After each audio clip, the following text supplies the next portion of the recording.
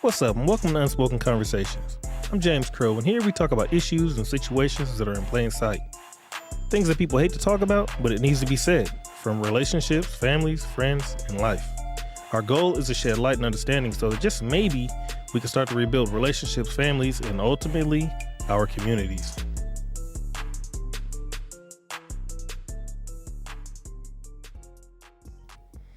What's up, guys, and welcome back.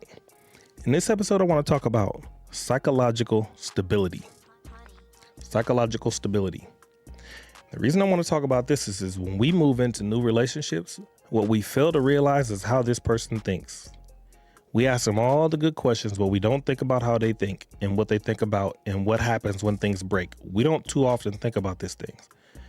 When we get into this relationship, weeks and months later, when we finally see infractions on them, we see how they really act and respond to things.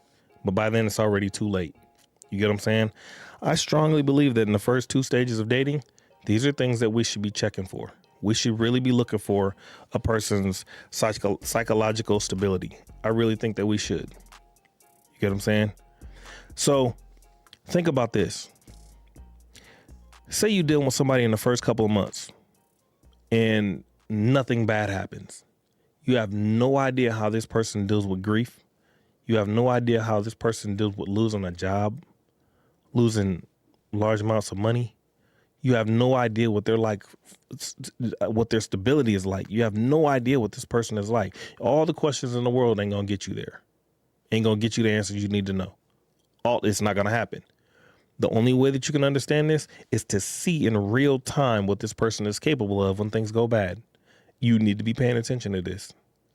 If you understand this 3 stages of dating, then you understand that in stage 2, when you check stage 2 with stage 1 and you get around them, you'll be able to see certain things. The longer you can stretch it out, it's only a matter of time before something bad happens. You got to understand how they handle the bad thing. You get what I'm saying? You got to see how they bounce back.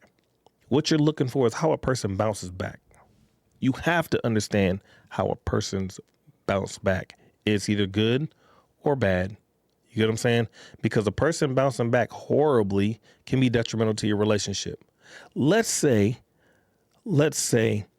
a person was to pass, and you all know when you get with a person, part of your family's going to die off and part of their family's going to die off. We already know this. We all know this. So let's say you get with this person and somebody dies off and you ain't never seen them have to deal with grief. And all of a sudden they get suicidal. I don't know if I'm supposed to say that on here, but we passed it now. Let's say they act like they want to hurt themselves. They want to do things to themselves. They want to tear up cars. They want to tear up this. They want to they want to just break shit all around the house. They want to quit their job. They want to sleep all day. They want to get depressed. You don't know that this person's stability, their psychological stability, you don't know this exists because you've never seen how they deal with grief. All the questions you ask won't get you here. It will not. So you really need to understand the things that you're learning in the first 2 stages of dating is going to get you further in the relationship. It is not for right now. It is for later. That's the reason you ask all those super tough questions. You get what I'm saying? When you ask, I would definitely ask somebody, you ever had somebody die? Who's the closest person you had die? Oh, it was my mom. It was my brother. It was my sister. I had a kid that died. Kid was 2 years old, whatever, right? You ask these questions and you see how they respond to it. You ask, how you holding the when did that happen? 2-3 years ago. How you holding up? Oh, I'm okay. I'm good. You ever break down? I mean, every once in a while, but it's never nothing big. Those are important questions to ask somebody because they're letting you know their psychological stability. They're letting you know what their stability is like. You get what I'm saying? Some people have exes who've died and they cannot get over it. Exes that died when they were not together. You get what I'm saying? Imagine being with somebody and then you've been with this person for 3 years and then they get a call that their ex died and they ain't been with that ex for 10 years. Imagine them getting a call that their ex died, right? From 10 years ago. And the person that you're with, that you've been with for the last 3 to 5 years, breaks down, loses their mind, goes into a frenzy, don't know how to eat, don't know how to drink, don't know how to get up and go to work. Imagine being with this person now. You just didn't know their psychological stability. You didn't know what they were capable of when you walked into this relationship with them because there were some questions that you didn't ask. You get what I'm saying? You don't know what it's like to see when this person loses a job. What if this person's psychological stability is so screwed up that when they lose a job, they go crazy and start breaking everything? Well, I can't pay for this car, so I might as well crash it. I might as well do this. I might as well just, and they start getting destructive because things falling apart in their life. You don't know what this person is like. And to those of you who say, I don't want to get in a relationship because I don't want to end up with a person like this because it's just, I should just be by myself. You have a flawed perception. I am not talking to you. Go ahead and swipe off of this if that's your mentality and that's how you think. I am not talking to you. But if I am talking to you and you do want to do better, keep listening, keep watching. A person who has psychological stability issues, they show patterns. You just have to stick around long enough to see the patterns. I am not saying you need to be dating them, but you need to watch how things happen when things go bad. And you need to ask questions to see how they react and respond to things when things go bad. Those questions will give you good insight on how they act and respond to things when they go bad. All you got to do is stick around long enough to see if what they said is true, what they said before. You get what I'm saying? Psychological stability is very, very huge. You get what I'm saying? Very, very huge. You know, I can use scenario after scenario after scenario. What if this person heard that you was cheating? What if they heard that you was cheating, and what if it was a lie? If this person's psychological stability is so screwed up, let's just say they got word of this, that you was cheating. Let's say somebody hit them up and said they saw you cheating, and it was the right car. That was just the car that they saw somebody cheating, saw you cheating. It was the right car, but it just wasn't your car. You get what I'm saying? It was the right color, but it just wasn't your car. It was a girl that looked like you or a dude that looked like you, but it wasn't you. So they got the right details, wrong information. Imagine this. Imagine getting to the house or going to meet your partner and they got something real hot ready for you and they're ready to just destroy you or ready to fucking literally take you up out of here. This person's psychological stability can end your life all because you never checked to see what this person was about. You get what I'm saying?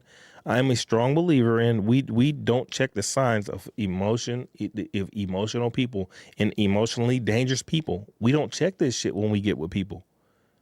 We go for the vibes. We go for all the things that feels good. We don't go for the things that feels bad. We don't look for what feels bad. We look for what feels good. And we get attached to the things that feels good. And when you get attached to the things that feels good, you ignore the things that are bad. All bad. And we're doing it to ourselves. You get what I'm saying? You ignore the red flags, and them red flags is really fucking serious. They really serious. I'm telling you. You know what I mean? I want to know everything there is to know about a person. I do. And knowing just knowing what a person is like when they ain't got no money. How do they get? Do they get depressed? When a person ain't got no money, do they get depressed? Or do they go into overdrive to make some shit happen? You need to know that. When a person is unmotivated, what do? Do they stop taking care of themselves and stop taking care of their partner and their family just because they're unmotivated? A lot of people do. This is called being lazy. You all know what being lazy is, right? And it's not a problem with being lazy as long as the person who's being lazy ain't lazy for very long.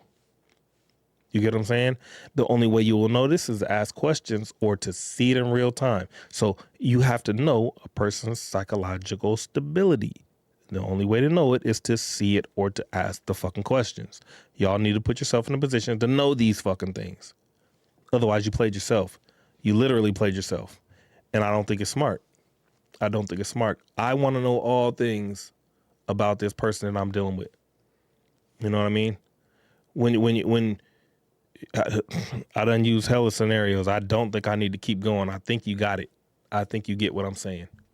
So I ain't going to keep going. I ain't going to keep beating a dead horse. But like I said, psychological stability is huge. It is extremely important.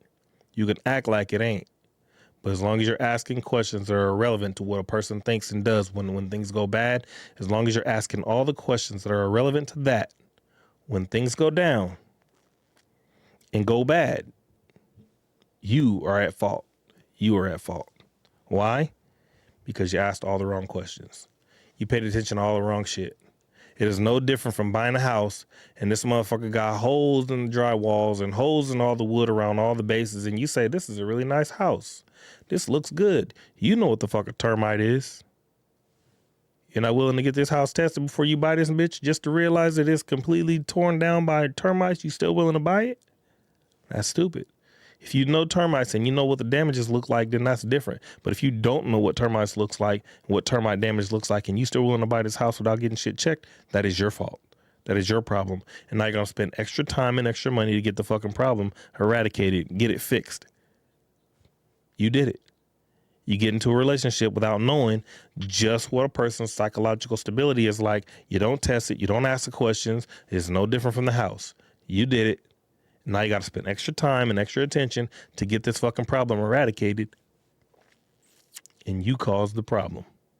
You could have easily stepped back and was like, yeah, I don't want this problem. I can see this is finna be a whole fucking issue. I don't want this issue. You get what I'm saying? So please, please, please pay attention to a person's psychological stability. Psychological stability. See what they're like. See what they're capable of. See how they think. How they think is very important. Some people have zero emotion to things that matter. Zero emotion to things that matter. You have to understand what that means. Things that matter, they don't show emotion. It's one thing to have emotions, but to have emotions and not show them, that is kind of dangerous. That's kind of dangerous. In the beginning stage, when my sister died, right, there was times where I would have emotions and I would be good at kind of hiding them. You know what I mean? I could kind of give me a minute. You know, I could kind of do that shit, right? Kind of hide it. You know what I'm saying? Like put it behind me, but you can see the emotion. You can see the emotion. That's one thing. But I ain't gonna be just crying, just bawling in front of everybody. That's a different level of showing emotions. So you don't want to go too hard. You don't want to see too much, but you want to be able to see enough to where you feel like this person ain't emotionless. Because an emotionless motherfucker is dangerous. Dangerous on a whole different level. You get what I'm saying? So that shows a different level of psychological stability. That's scary. You don't know what they're capable of because you've never seen them mad. You've never seen them sad. Sad. I'm talking real sad. So when the shit finally comes, you don't know just to what extent they're willing to go through. So that's a whole nother thing you need to be careful of. You need to be very careful of that. You need to know what a person's capable of when they get sad and mad. You get what I'm saying? People do weird shit when they get sad, when they get mad, when they get depressed. People do weird shit. Again, the only way you know this is to ask questions and to see it in real time. So, again, psychological stability, extremely important. Do your research on this person that you're now meeting, that you're talking to. Ask questions that are relevant to them flipping the fuck out, going crazy when things go bad. Ask them, what would you do if this was to happen? What would you do if that was to happen? Sometimes it ain't in their answers. Sometimes it's in their response. For example, what would you do if you were making $250,000 a year and your boss just came in there and said, you're fired. We don't like you. We want you gone. What would you do, right? If this person says, oh shit, I'll shoot that whole fucking office up. Motherfucker, you'll do what? Huh? Yeah, so pay attention. A person who talks like that is letting you know that they're fucking dangerous. Don't get into this. Don't get into this boat with them. I don't give a fuck what good they got going on. They're telling you their emotional stability, their fucking psychological stability. They're telling you, fucking listen. I'm telling you. What would you do if you found out your partner was cheating? What would you do? Oh, I'm killing everybody. Come again and say what? Yeah, they told you. Fucking believe them.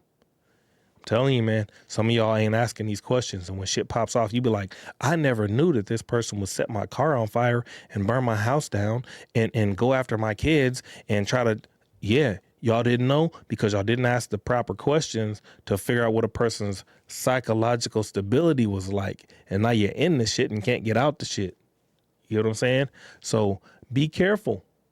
Ask the proper questions when they need to be asked.